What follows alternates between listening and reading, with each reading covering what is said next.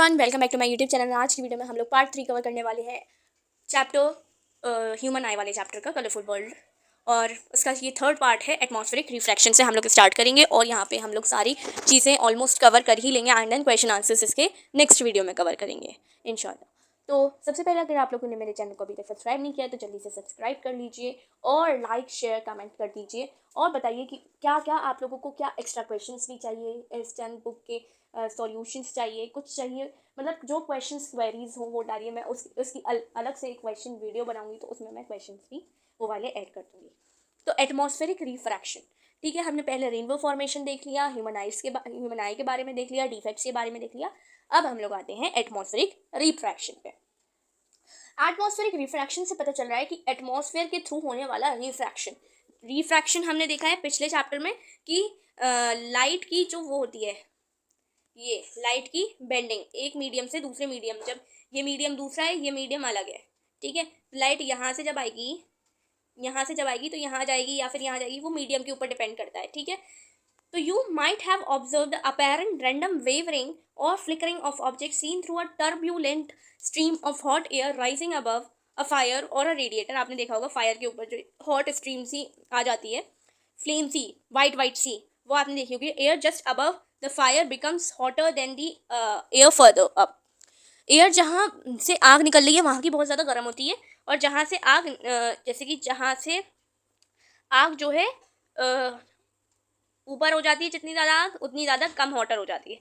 Hotter air is lighter less denser, यानी कि जितनी ज़्यादा हॉट एयर होगी, जितनी ज़्यादा हॉट एयर उतनी ज़्यादा वो उतनी ज़्यादा रेयर होगी, ठीक है, वो उतनी ज़्यादा रेयरर होगी, ठीक है। जितनी ज़्यादा डेंस वो जितनी ज़्यादा हॉट उतनी ज़्यादा रेयरर होगी वो, ठीक है, ठीक है। एयर जितनी ज़्यादा हॉट होती है उतनी ज़्यादा रेयरर होती है then the cooler air above it and has a refractive index slightly less than, जितनी ज़्यादा देखो जितना ज़्यादा रेयर है उतना कम refractive index, ठीक है। The apparent position of the objects as seen through the hot and air fluctuates. This wavering is thus an effect of atmospheric refraction. Refraction of light by Earth's atmosphere, atmospheric refraction कहलाता है। On a small scale in our local environment, the twinkling of stars is a similar phenomena on much large scale. अगर हम simple words में twinkling of stars की बात करें, क्या जो stars से twinkle करते हैं क्या, हाँ, वो एटमॉस्फेरिक रिफ्रैक्शन की वजह से करते हैं। क्योंकि देखो मीडियम अलग अलग होता है, मीडियम अलग अलग या लेयर्स चेंज हो रही हैं, क्योंकि एयर कहीं हॉट होती है, कहीं नहीं होती है। तो हर टाइम एयर का जो टेम्परेचर है वो चेंज होता रहता है।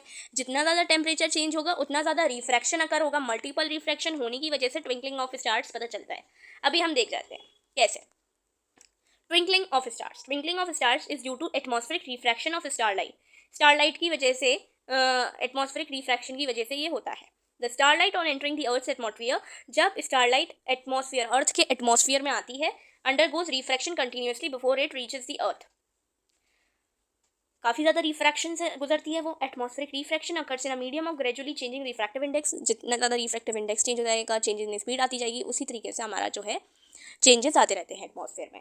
Since the atmosphere bends starlight towards the normal, ठीक है। अब क्या होता है, जो ये है, क्या नाम है, since the atmosphere bends starlight को बेंड करता है टुवर्ड्स नॉर्मल, यानी कि रेयरर से डेंसर में आ रही है चीज़, ठीक है। सन के जितना ज़्यादा पास एयर होगी वो हॉटर होगी, ठीक है, ठीक है। हमने पढ़ा था जितनी ज़्यादा हॉटर एयर होगी वो रेयरर डेंसर से आ रही होगी, तो सन के पास से आने वाली ज़्यादा एयर हॉट होगी, पक्की बात है। और यहाँ जो हमारी अर्थ एटमॉस्फेयर में वो थोड़ी एज़ कम्पेयर टू सन की एयर से थोड़ी सही होगी, तो ये डेंसर कहलाएगी। तो रेयरर से डेंसर में आने वाली चीज़ टुवर्ड्स नॉर्मल जाएगी, ऑब्वियस सी बात है। तो यही चीज़ यहाँ पे समझानी चाहिए आप लोगों को।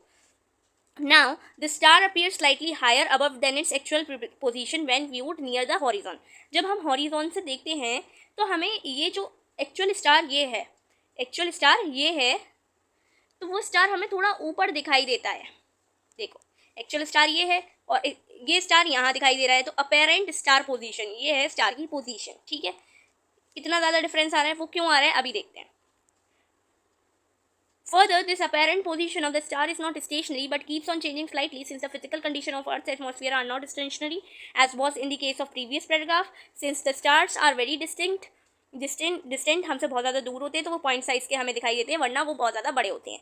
As the path of rays of light coming from the star goes on varying slightly, जैसे जैसे पाथ जो है मल्टीपल रिफ्रैक्शन की वजह से इधर उधर हो जाता है तो हमें अपेरेंट पोजीशन जो है उसकी दिखाई देती है. देखो कैसे स्टार, ये है रिफ्रैक्शन हो रहा है, ये है स्टार, ये है स्टार,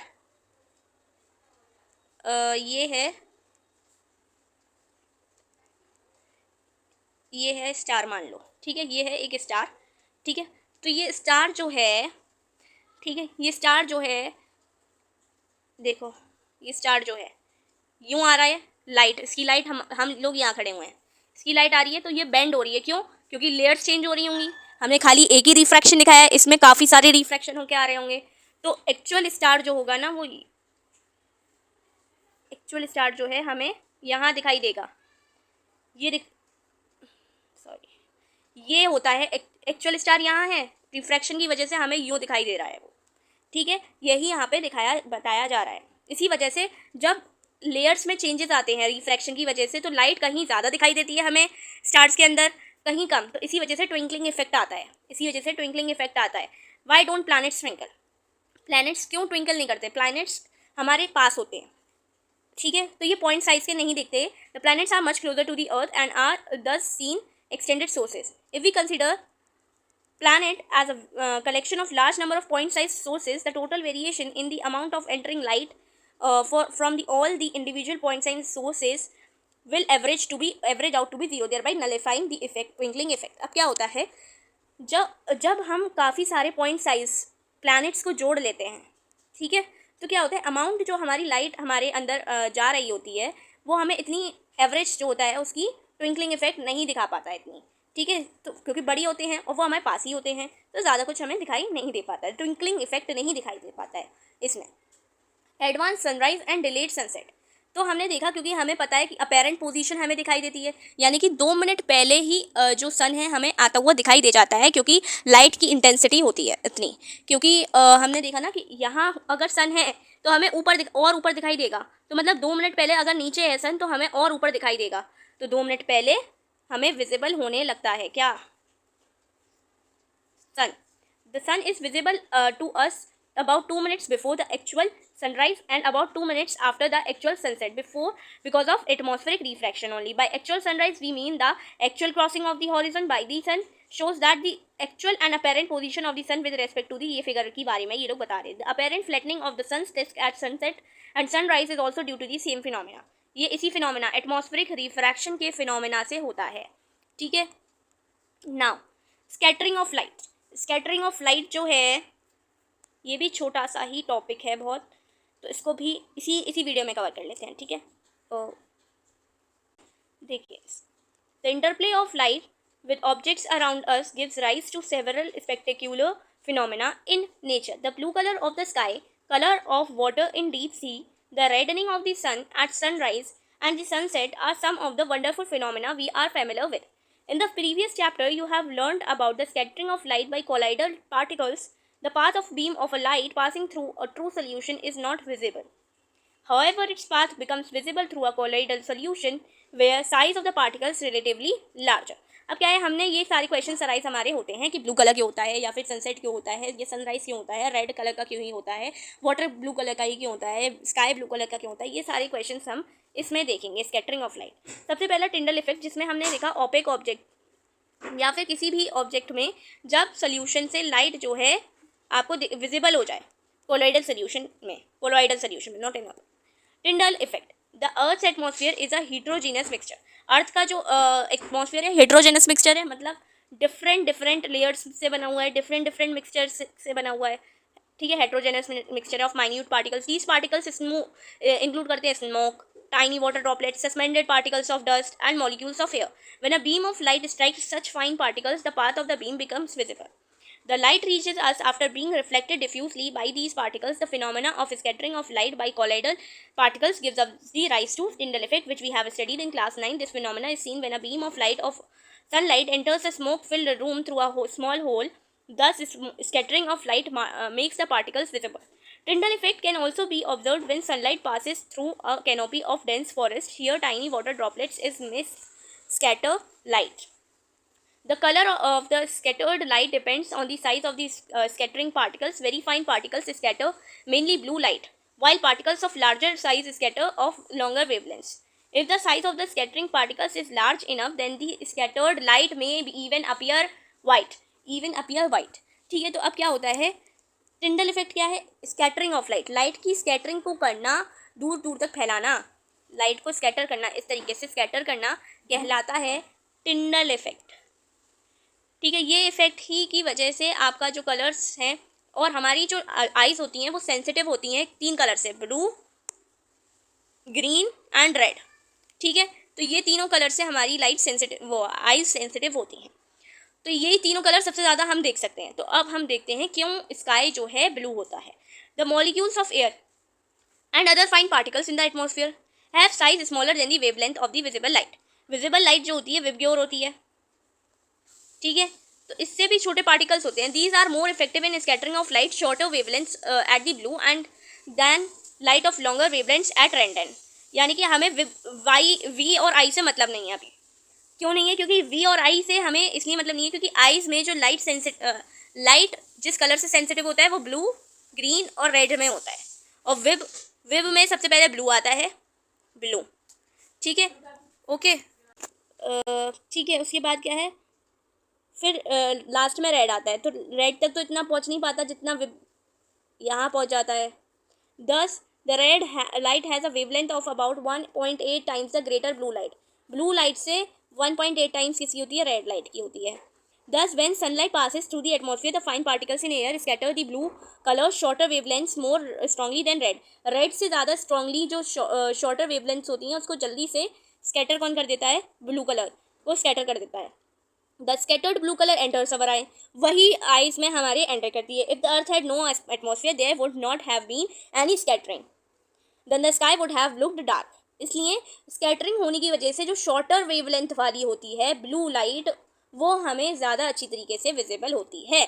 इसलिए जो स्काई है वो अपीयर करता है at very high altitudes as scattering is not prominent at such heights. Okay, you might have observe that danger signal lights are red in colour. Do you know why? The red is least scattered by fog और smoke. Smoke और fog से least scattered क्या होता है? Red colour. तो red therefore it can be seen in the same colour at distance. Distance से भी हम उस कलर को एज इट इज देख सकते हैं। इसके बाद है colour of sun at sunrise and sunset.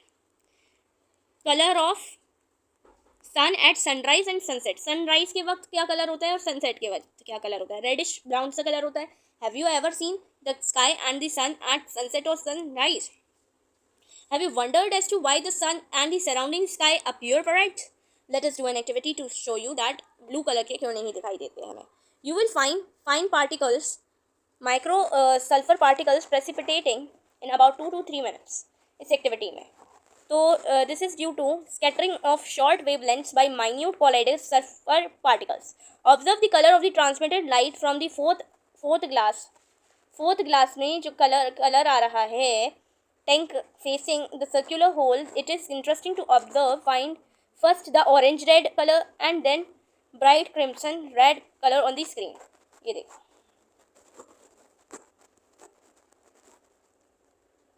this activity demonstrates the scattering of light that helps you to understand bluish color of the sky and the reddish appearance. इस activity के through हम लोग ने समझ लिया है। ठीक है,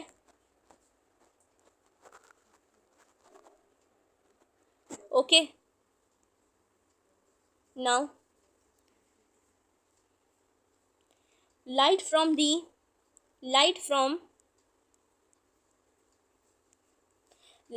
the sun near the horizon passes the thicker layers of the air and larger distance in the Earth's atmosphere before reaching our eyes. However, light from the sun overhead would travel relatively shorter time. At noon, the sun appears white, as only little of the blue and violet colors are scattered. Near the horizon, most of the blue light and shorter wavelengths are scattered. This is the reason this gives rise to reddish appearance of the sun. तो ये था इस chapter का explanation. इसमें हमने देखा किस तरीके से ब्लू कलर होता है या ह्यूमन आई जो है किस तरीके से हमारा एक कैमरे की तरह वर्क करती है, और ह्यूमन आई कितना इम्पोर्टेंट हमारा ऑर्गन होता है, ये हमने देखा। ठीक है, so this was the chapter. पूरा चैप्टर हमने 3 पार्ट्स में पूरा कर लिया है। अब 4th पार्ट में इसके क्वेश्चन आंसर्स आ जाएंगे। Now thanks for watching, bye bye.